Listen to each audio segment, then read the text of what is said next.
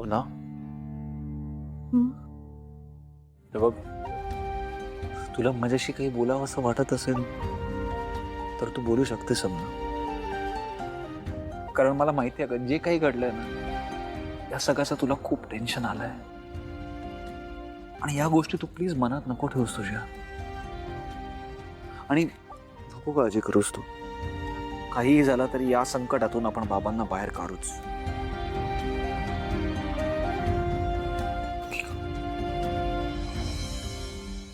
या परिस्थितीत तुला हसायला का होतंय? नाही म्हणजे बघ, मला असं वाटलं की तुला वाईट वाटलं असेल, तुला रडावंसं वाटत असेल. आणि भावना हे बघ, तुला जर रडावंसं वाटत असेल ना तर ती रडू शकतेस. मी का रडू सिद्धिराज? कशासाठी? म्हणजे भावना, तुझ्या बाबांना अटक झाली, लक्ष्मी काकू इतके त्रास होते, तुला या सगळ्याचं खूप टेन्शन आलं असेल अगं. सिद्धिराज, पोलीस बाबांना घेऊन गेले, त्याच्या आईला खूप त्रास झाला, हे सगळं खरं आहे.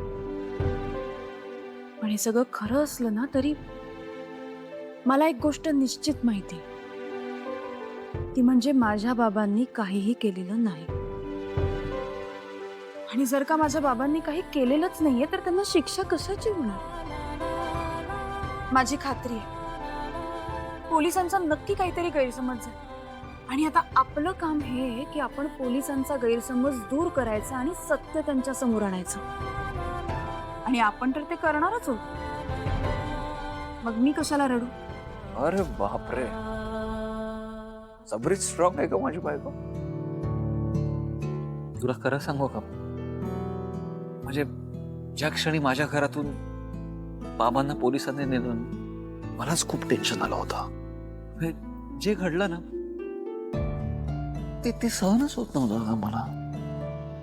मग सिद्धिराज, तुम्हाला जर का माझ्या खांद्यावर डोकं ठेवून मोकळं व्हावंसं वाटत असेल ना,